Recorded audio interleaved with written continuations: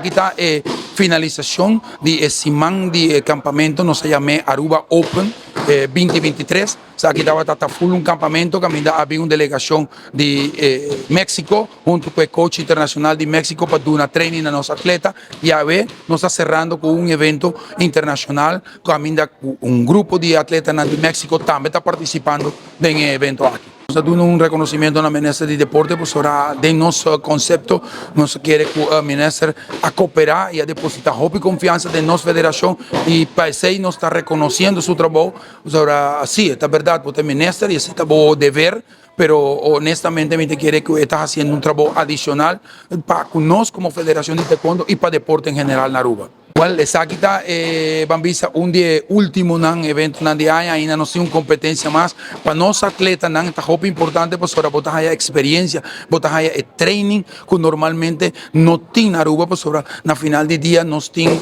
falta de atletas para competir, atletas para preparar. Aruba nos está desarrollando unos meses, nos training físico, training táctico, pero competencia o viaja of matching para desarrollar habilidad de quirúrgica, que es básicamente lo que nosotros está haciendo aquí. Esta falta, pues ahora no tiene suficiente atleta de nivel A para nos curvan o para nos test qué nivel nos está, y una nos que llega y corregir lo que cualquier cosa que nos tengo corregir para ahora nos está internacionalmente perform de una mejor manera.